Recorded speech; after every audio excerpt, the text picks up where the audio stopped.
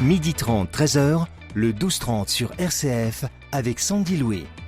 Aujourd'hui, dans votre quotidien solidaire, nous recevons Julie Fernandez, échevine en charge des solidarités, de la cohésion sociale et des droits des personnes. Avec elle, nous reviendrons sur la création et la mise en place du projet Bulle de répit, un espace d'accompagnement pour les familles monoparentales. Bonjour. Bonjour.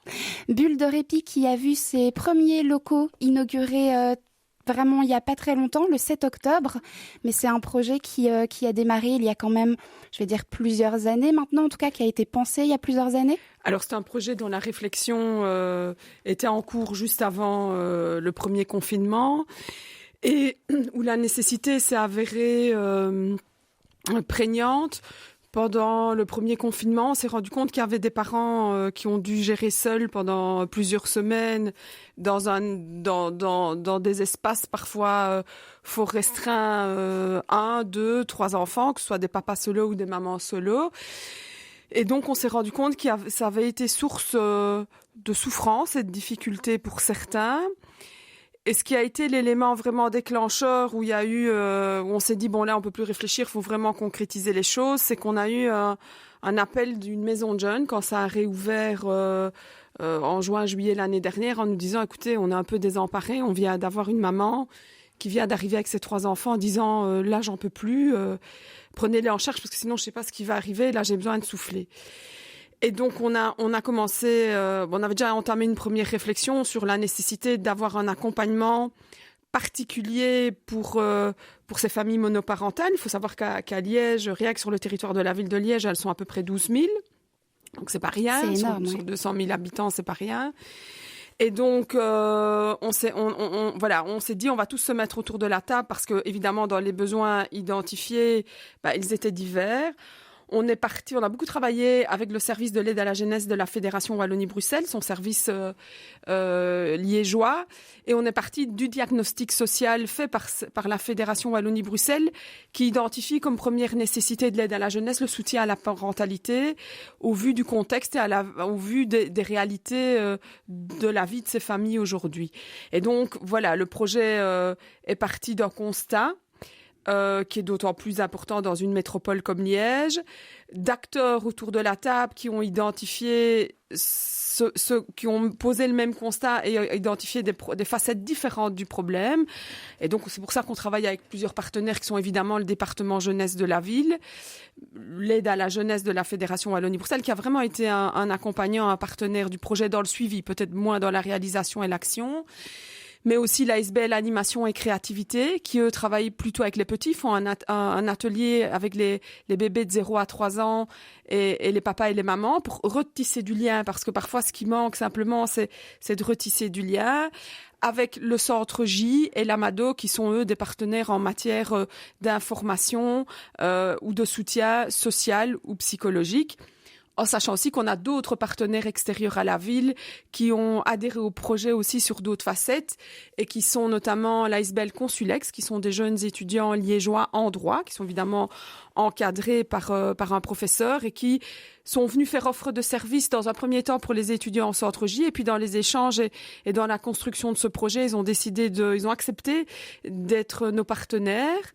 Et puis il y a des ASBL comme l'ASBL El Coiffe qui est un coiffeur social que la ville soutient et où là on s'est dit qu'il y avait aussi un travail à faire sur le besoin de retrouver l'estime de soi et que parfois l'image qu'on a de soi dans le miroir, ça y participe vachement et donc c'était bien d'avoir ce type de partenaire. Donc c'est vraiment un projet qui s'est construit avec des expertises tout à fait différentes, des regards sur cette réalité absolument différente, mais avec le point commun d'identifier que c'était une vraie nécessité, surtout par les temps un peu troubles qu'on vit pour le moment.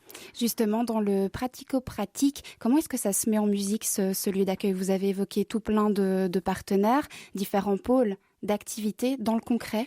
Alors, donc, on a ouvert la semaine dernière, on a lancé les inscriptions. Donc ça, on travaille évidemment sur l'inscription. La bulle de répit, c'est pas une garderie où on vient déposer ses enfants. Ça, c'est vraiment pas ça l'objet. C'est un endroit ou sur rendez-vous, on demande finalement une prise en charge momentanée, parce que l'idée c'est pas que ce soit à longue durée, c'est juste là je suis un peu à bout de souffle, ou j'ai tel ou tel type de problème, qui soit sociaux, juridiques, etc.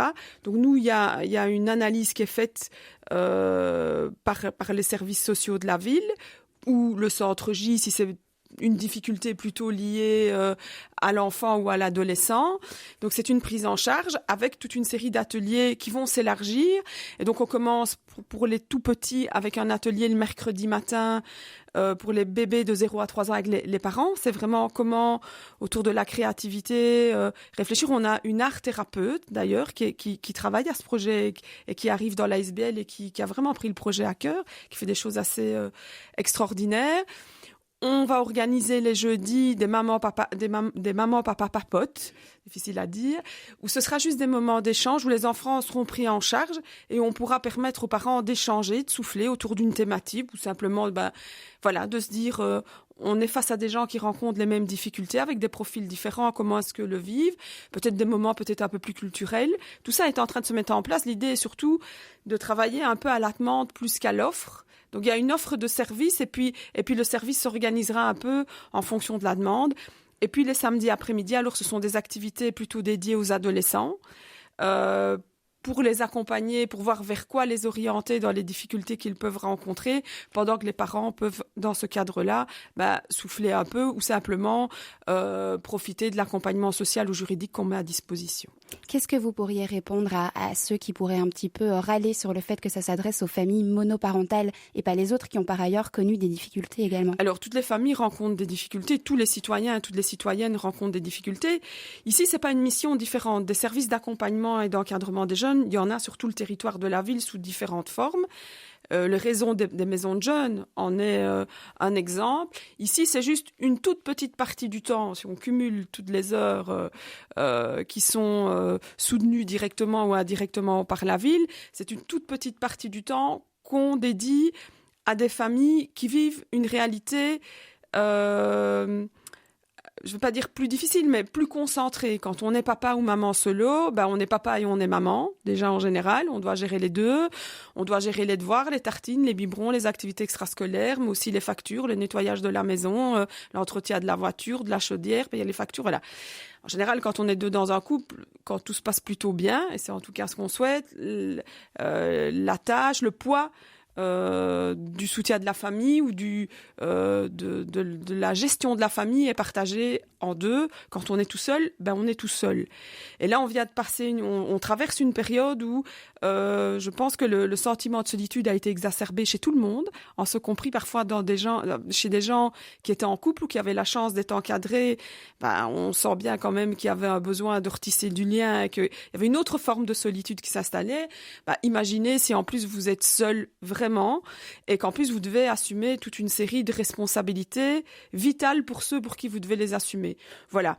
Donc je peux entendre la critique, mais je vous dis, les autres types de familles, les autres enfants, les autres difficultés qui peuvent être rencontrées sont prises en charge. Le Centre J n'arrête pas de faire son travail de Centre J pour tous les jeunes. L'Amado est là accessible à tous les jeunes. Animation et créativité fait des ateliers tout au long de la semaine. Le département jeunesse est présent en centre-ville et dans les quartiers et dans diverses activités. Et ces activités-là continuent. Si je dis à un moment donné, on pense vraiment qu'il faut prendre le temps de se rendre compte que 12 000 familles sur le territoire d'une ville qui vivent une réalité différente, c'est pas rien, et que donc y prêter une attention particulière nous a paru pertinent.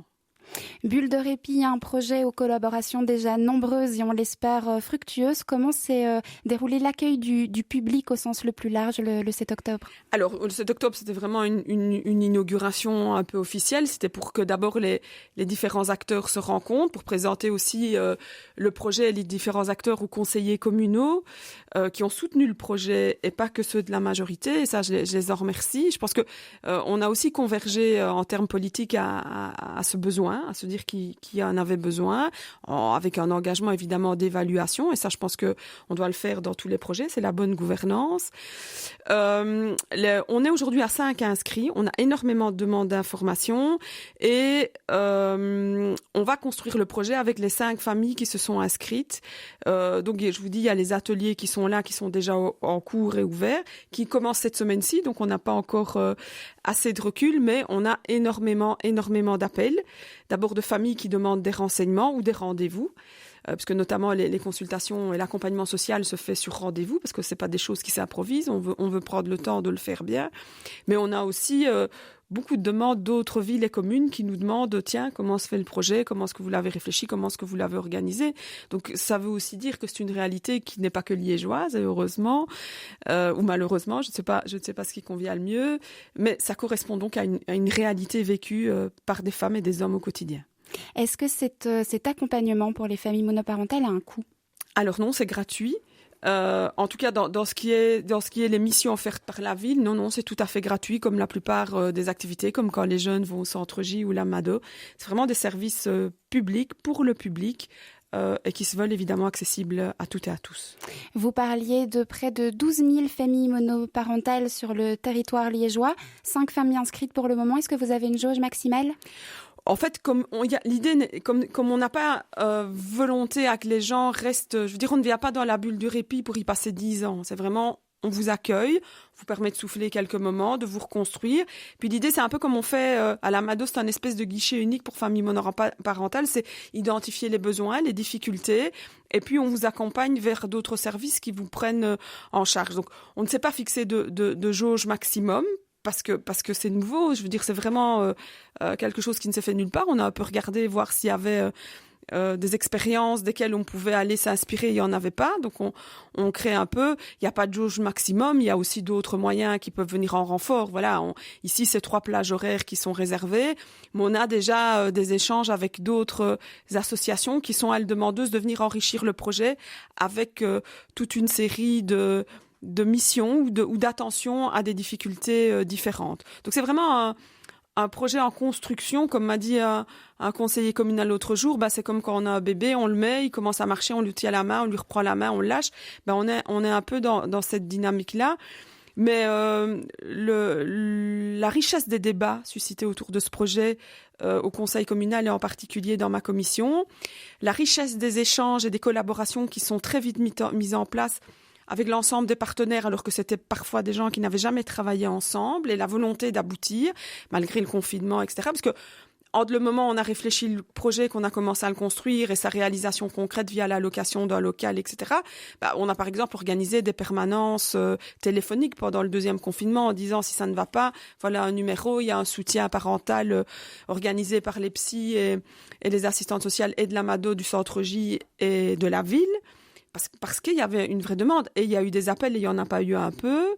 Parfois, c'était simplement réorienté vers un service adéquat, un soutien psychologique plus professionnel, plus adapté aux besoins du papa ou de la maman. Donc, il n'y a pas de jauge maximum parce que je pense que c'est un projet qui va évoluer. Et qui, je vous dis, on a des propositions de collaboration d'autres structures et qui, à mon avis, par leur regard et leur expérience, vont aussi élargir les services. Et peut-être que dans les 5 familles qui vont venir, on se rendra compte qu'il y a quelque chose qu'on n'a pas tout à fait identifié auquel on doit répondre. À ce moment-là, on continuera ce travail de réseau et de collaboration interne ou externe à la ville. On va malheureusement déjà devoir se laisser, mais pour vous laisser le mot de la fin, justement, comment est-ce que l'on s'y prend pour avoir différentes informations pour vous trouver ? Alors, donc il y a d'abord, on peut passer par le local qui se trouve juste en face de l'entrée du Deleuze à l'îlot Saint-Michel. Sinon, on peut téléphoner au 04 221 84 20, donc 04 221 84 20, ou envoyer un mail bullederépit@liège.be. Et donc là, les professionnels du département jeunesse vous répondront, vous fixeront un rendez-vous et vous passeront de toute façon un coup de fil pour identifier si ce que vous attendez, on peut y répondre, et sinon, vers quel autre service on peut vous rediriger. Merci beaucoup, Julie Fernandez. RCF.